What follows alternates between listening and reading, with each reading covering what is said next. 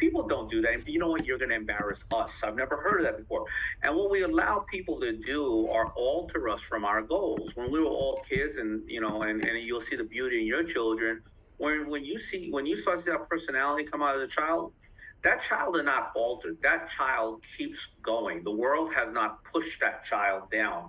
But as we get older, we stop these goals. However, if you are filling your mind full of those goals every night, every morning, then what you do is you push away the other goals. So I read 10 goals every night before I go to bed. The same exact 10 goals. 6 of them expire in 6 months. The other 4 expire in 2 years, 5 years, 10 years, and 20 years. And I read the same thing in the morning when I get up.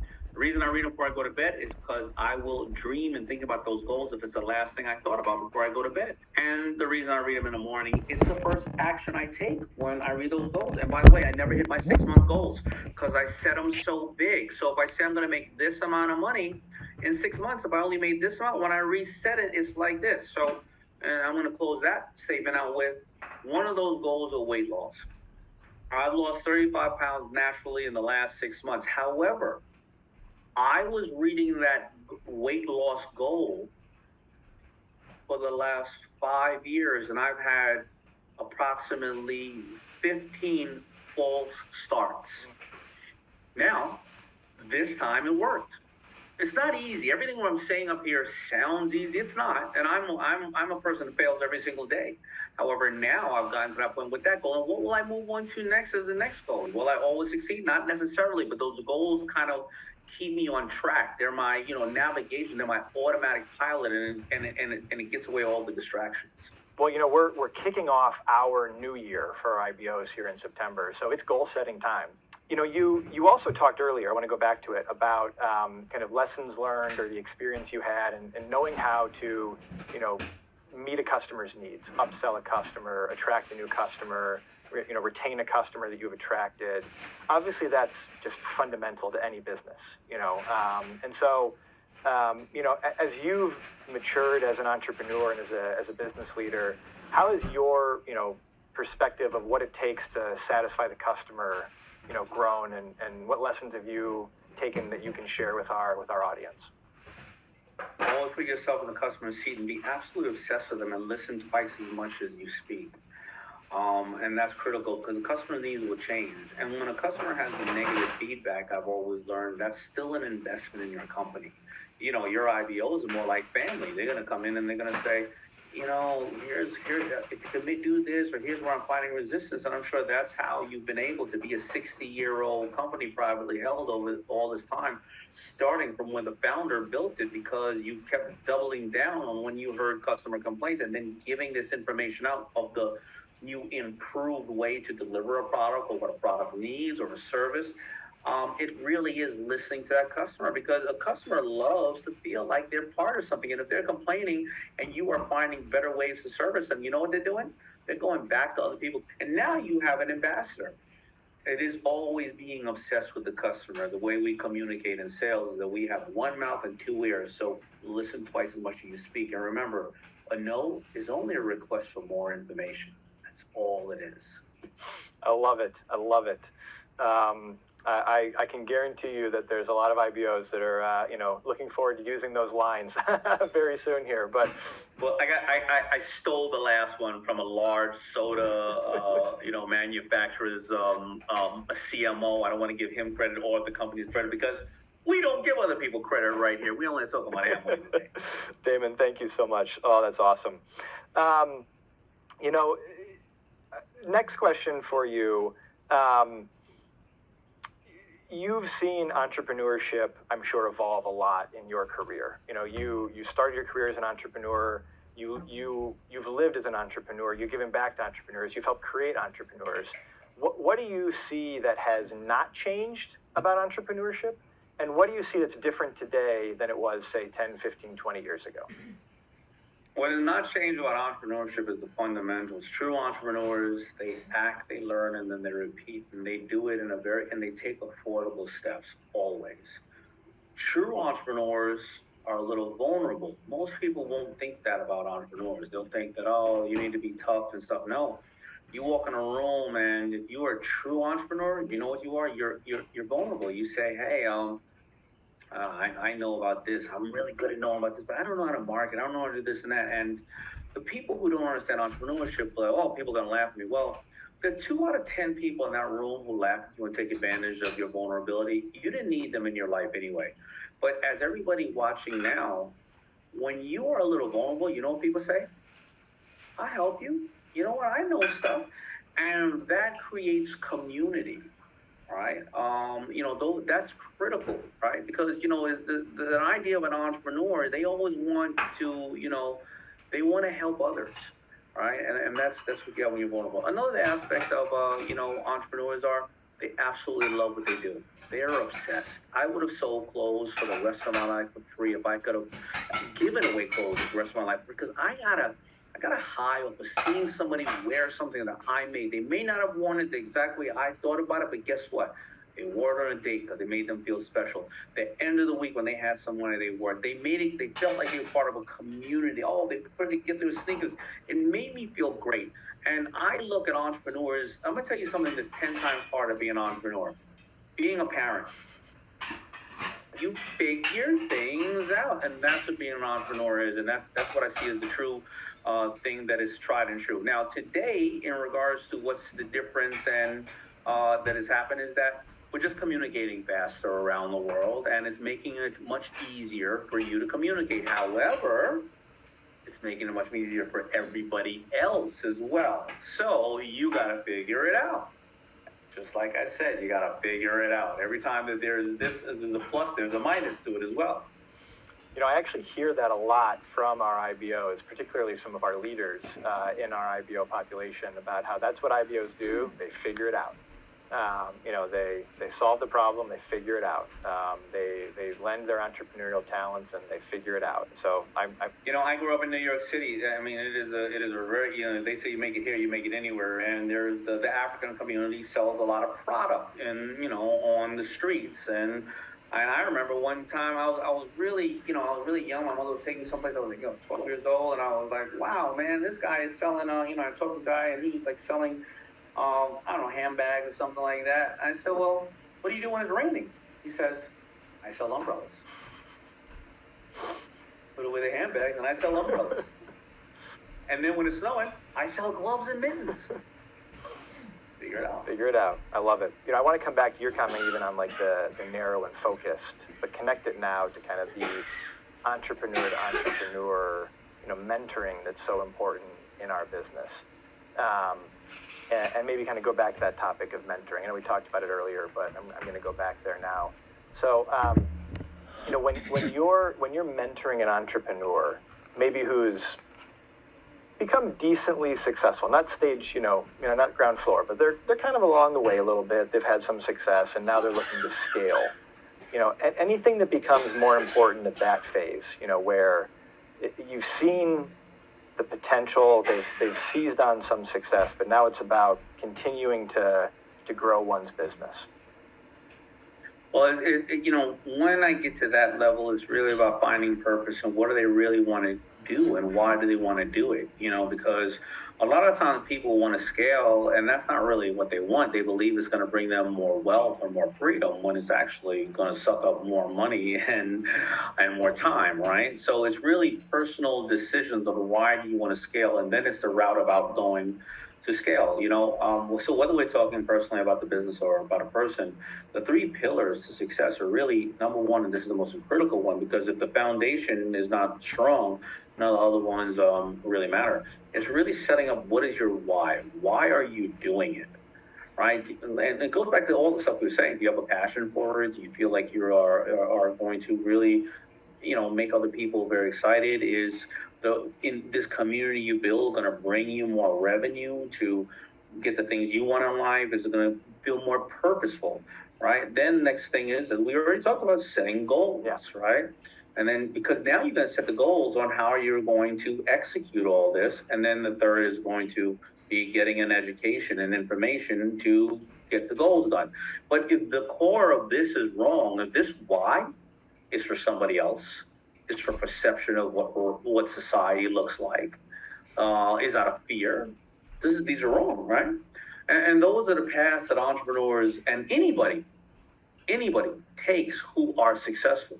And those are the critical things that I think are needed when you're reflecting on how to be an entrepreneur. So when I guide entrepreneurs, now a lot of entrepreneurs I talk to, they have dreams of having very big businesses. And generally the concept is, don't take in a massive amount of money too soon, don't scale too quick, and don't spread yourself too thin. Because those generally are going to be the ones that are going to get hurt. Because if they take in money too soon and they go, Andrew, somebody says, hey, I want half your company and I'm going to give you $1 million and give you half your company. But if your company just doubles and you're still netting the same that you have, but now you have somebody you got to answer to all the time, well, what did you do? You just brought in a boss or a partner for no reason.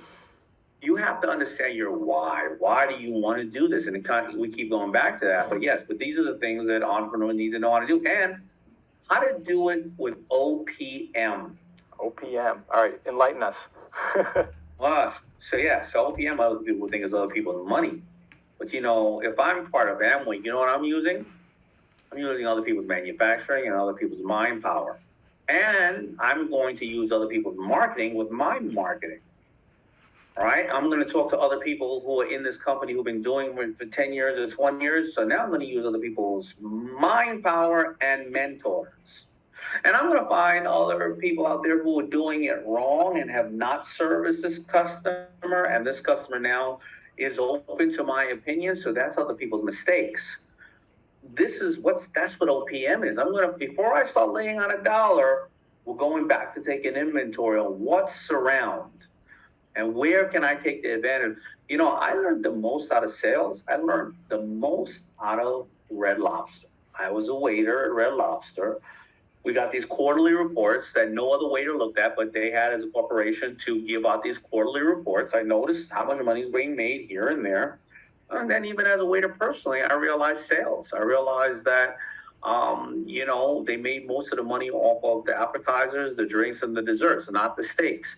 But if I get an average of 10%, a blended margin of 10% off of everything I sell, well, then if I can increase my sales by, a certain amount, well, then I'm going to make more money as a tip, right? Well, then you know what I did when I went to the table? Before I took I took the order, I took the appetizer order, then I took the dinner order, the drink order. But then I said to them in the beginning, before I got in that, hey, desserts sometimes take a while. Don't want to tell you I'm out of them at all. Why don't you do me a favor? If you like any of these desserts right now, because you all got to sell somebody something when they're hungry, right? Why don't you look at those desserts? I'll make sure I set it aside for you. And guess what? If you don't want it, I'll take it off the check. Nobody took it off the check, man. They all were like, yeah, no. I'll give it to my sister. I had to eat that in the car.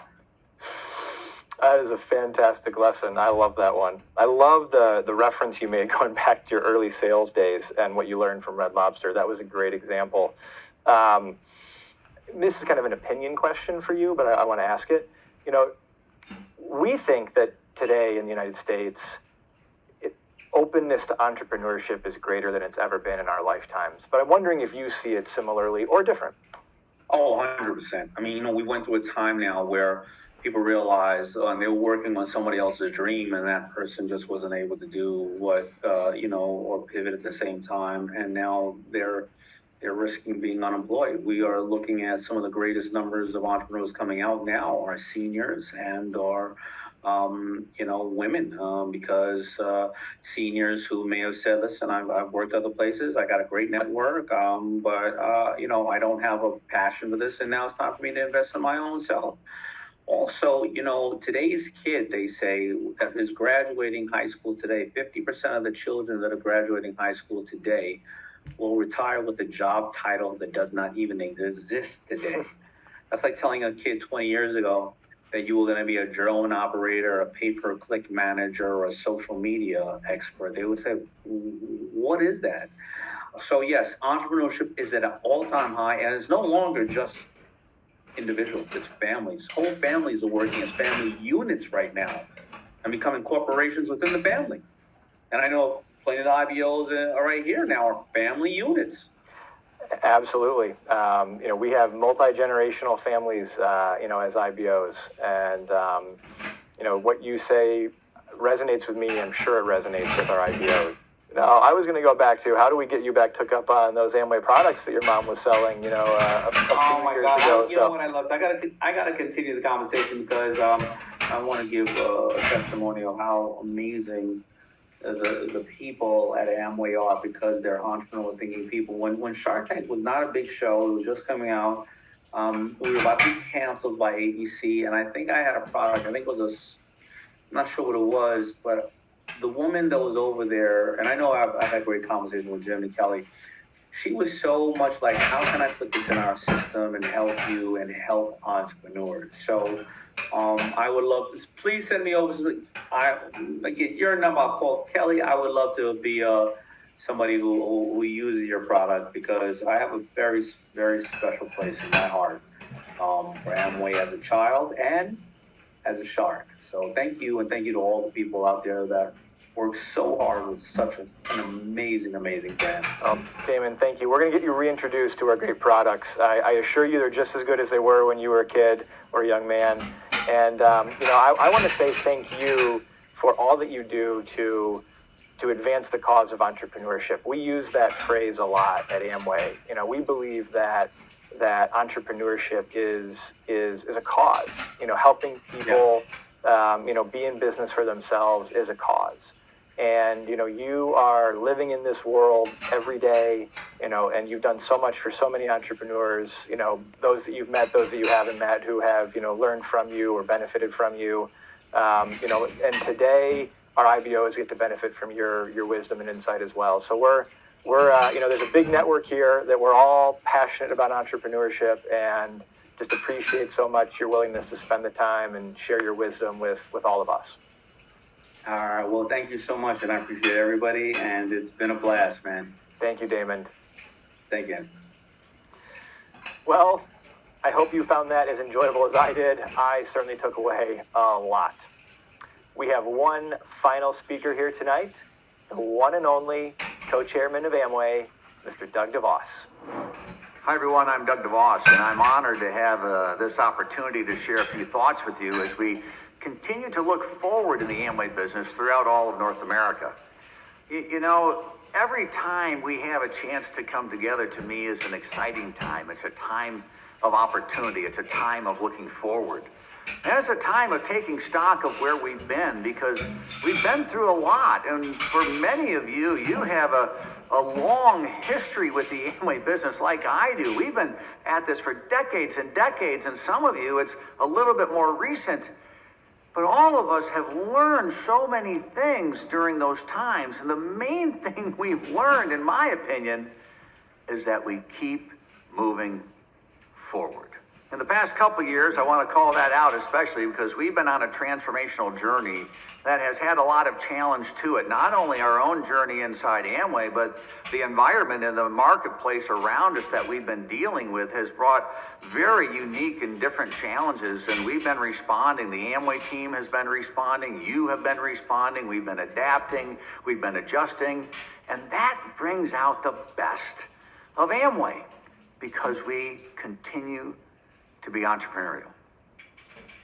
You are entrepreneurial. And so as we navigate our way through here, and we have spent so much time dealing with some of those challenges, it's easy to kind of feel stuck in them. And I think it's important for us to take a time to just declare to ourselves that we're moving forward. We have made a tremendous amount of change, and I would suggest as well improvements to the business, even though every improvement means we're changing, means that we have to do something different, means that we're kind of disrupting the things we've done to be successful in the past, to be successful in the future. But I believe we have created an even stronger foundation for the business going forward. And when I say we, I'm talking about all of us, because you have been a huge part of it. And I want to call out the IBOAI especially, because the leaders there have worked with us and worked every step of the way. Because on this transformation journey, there's been so many decisions that had to be made that impacted the business in a dramatic way. And so we had to be incredibly thoughtful, and the spirit of partnership has been alive and well. And that too strengthens the ability that we have to look to the future. So I want to encourage us today.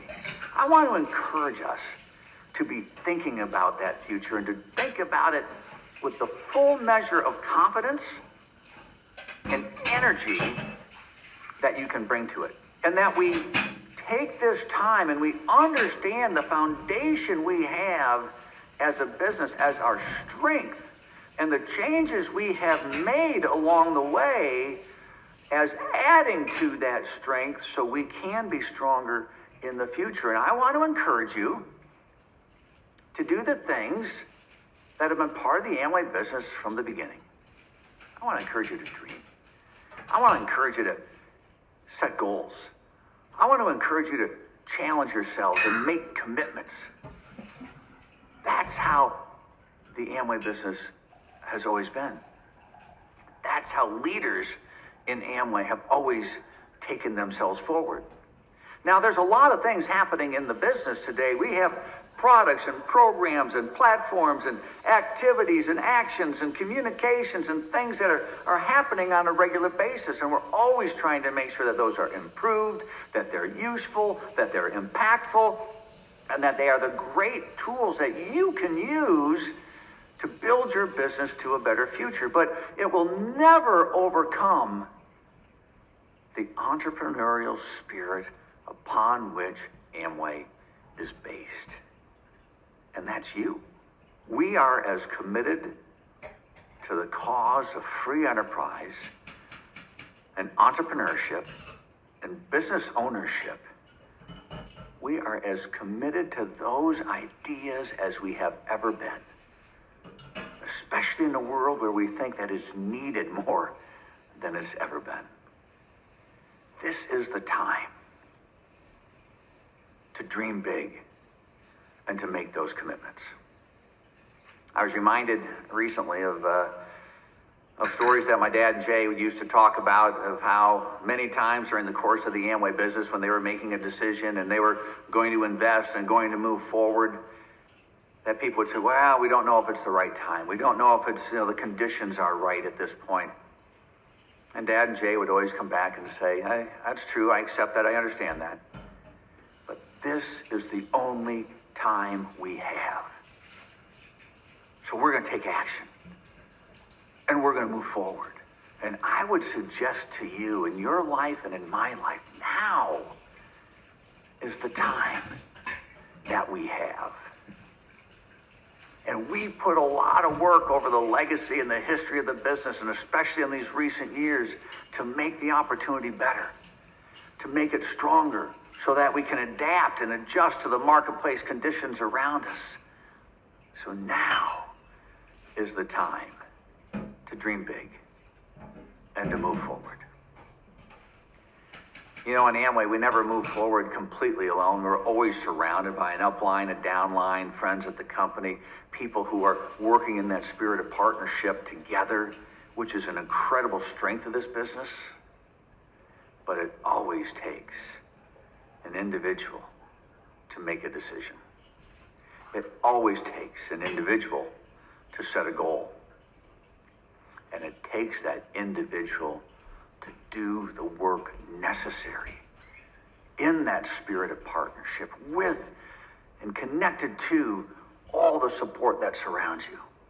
But none of us can do it for you. You have to make that decision for yourself.